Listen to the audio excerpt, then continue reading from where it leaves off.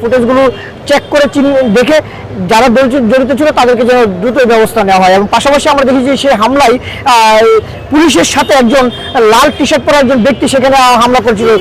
তার বিষয়ে আমরা সরকারের কাছে স্পষ্ট বক্তব্য চাই, যদি সে পুলিশের সদস্য অবশ্যই তাকে বিচারের আওতায় আনতে হবে। যদি পুলিশের সদস্য না হয় তাহলে পুলিশ সদস্য এবং সেনাবাহিনীর ভিতরে একজন ব্যক্তি ঢুকে কীভাবে হামলা করলো সেটা আমরা দ্রুত জানতে চাই।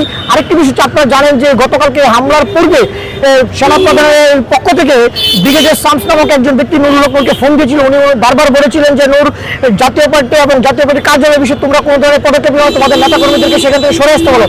যদি তুমি সেটা না মানো তাহলে অবশ্যই তোমাদের বিরুদ্ধে আমাদের ব্যবস্থা নিতে আমরা বাধ্য হবো। আমরা নুরুল হক বলেছিল জাতীয় পার্টির বিষয়ে তো আমাদের এখনকার অবস্থা না, আমরা গত কয়েক মাস যাবত বিভিন্ন সময় প্রোগ্রাম করে আসছি। যেহেতু আওয়ামী লীগ যে অপরাধ গত কয়েক বছর করেছে, যে গণঅভ্যুত্থানে গণহত্যা চালিয়েছে, সে আওয়ামী লীগের সহযোগী ছিল এই জাতীয় পার্টি। সে জাতীয় পার্টিকে বিচারের মুখোমুখি করার দাবিতে আমরা বিগত সময় আন্দোলন করেছি। পাশাপাশি আপনারা জানেন যে জুলাই গণঅভ্যুত্থানের অন্যতম মহানায়ক ছিলেন নুরুল হক, যিনি পুলিশের নির্যাতনের শিকার হওয়ার পরে তিনি বলেছিলেন যে 90% পতন হয়ে গেছে, 10% পতন ধাক্কা দিতে হবে। সে নুরুল হককে পুলিশ সেনাবাহিনী ছিলেন এমন কোনো বিষয় নয়।